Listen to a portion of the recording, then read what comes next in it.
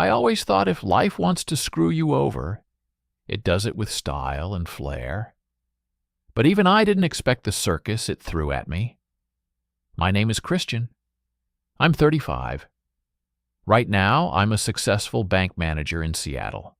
Suits, salary, view of the bay from my office window. But 2 years ago, I was just a classic loser. Gut, thinning hair. The only sport I knew was walking to the fridge and back. Then Brittany appeared. She walked up to me in a bar when I was sitting alone, nursing a beer. Tall, beautiful, the kind of woman who usually looks right through guys like me. She sat down next to me and said, "You have sad eyes. Let me fix that." Of course I melted, like the last idiot. She started small. "You need to hit the gym."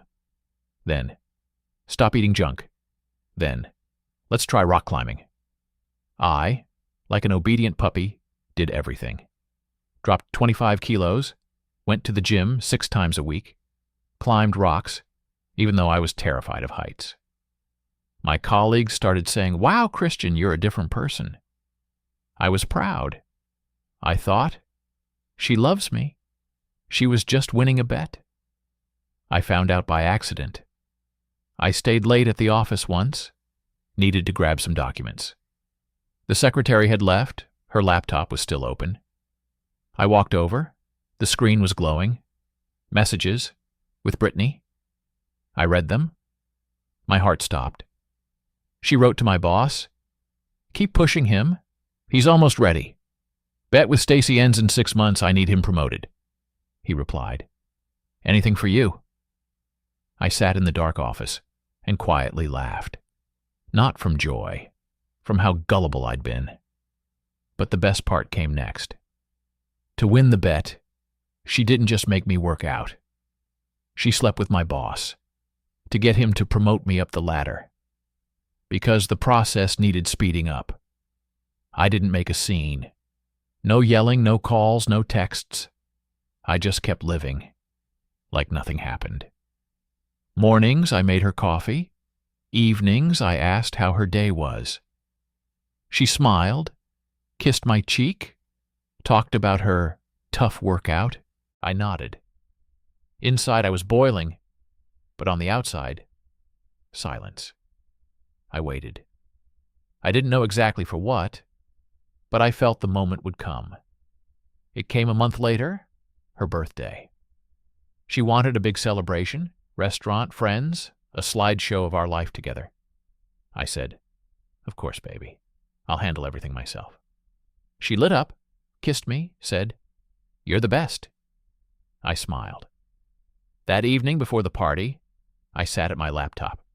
The slides were ready, baby photos, our trips, kisses at sunset.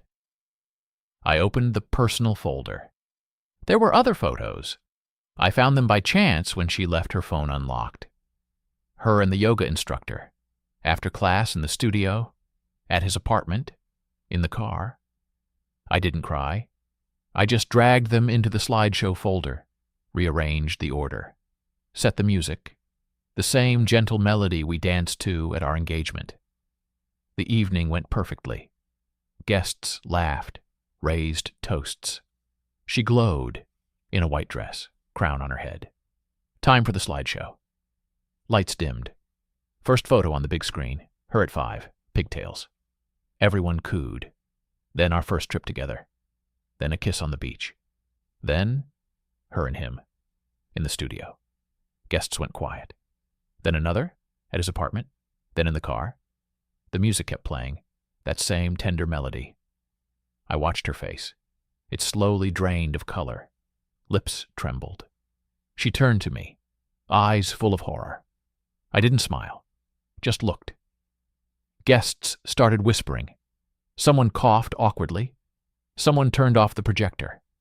She stood in the middle of the room, in a white dress, crown on her head, tears streaming down her cheeks. I walked over to her, quietly said, "Happy birthday, sweetheart," and walked out. I stepped outside. The night was cold.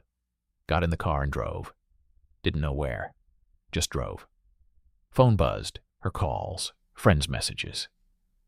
I turned it off, pulled over on the side of the road, stared at Seattle's lights. Inside, emptiness, but also freedom. She made me successful. For a bet. I got revenge, destroyed her. Now I'm alone, climbing higher, but no joy. I became what she wanted, but paid too high a price.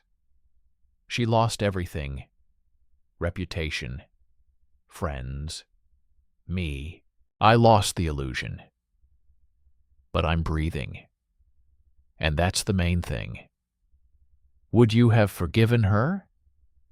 Or done the same? Write in the comments. I'm genuinely curious what you would have chosen.